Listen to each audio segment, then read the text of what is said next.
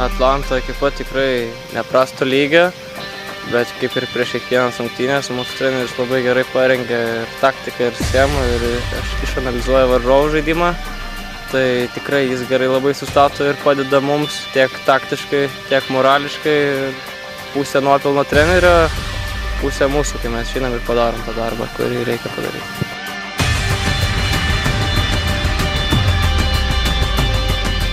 Sezono taip gaunasi, kad Atlantas žaidžia vieną turą anksčiau su tom pačiom komandom, su kuriom po to žaidžia mes. Jeigu, tarkim, šį turą mes žaidžiam su Žalgiriu, tai Atlantas su juo žaidė praeitam turė.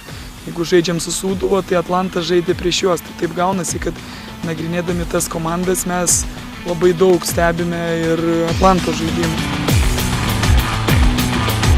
Lietuvoje, kai tu žaidi 4 kartus su ta pačia komanda per sezoną, visi vienas kitą gerai pažįsta. Galbūt pas mus tie pokyčiai ir labai daug žaidėjų pakeitimai, tai kažkiek kitom komandom galbūt truputį maišo mus geriau pažinti, bet mes tikrai visas komandas gerbėm ir visas analizuojam vienodai ir taip sekasi, kad Atlantą jo galbūt kiek truputį geriau pažįstam. Rungtynės bus, manau, tikrai labai sunkios. Manau, kad bus ir įvarčių, bet tikrai nei vieni, nei kiti lengvai nelaimės. Taip pat tikrai laukti labai sunkios rungtynės. Prieš Klaipėdą rungtyniauti, ypač centriniam stadione, visada labai malonu ten. Ir žmonių nemažai susirenka ir aišku, savo mieste visada labai smagu rungtyniauti, nežinau, jauties kaip namie, neišvykoje.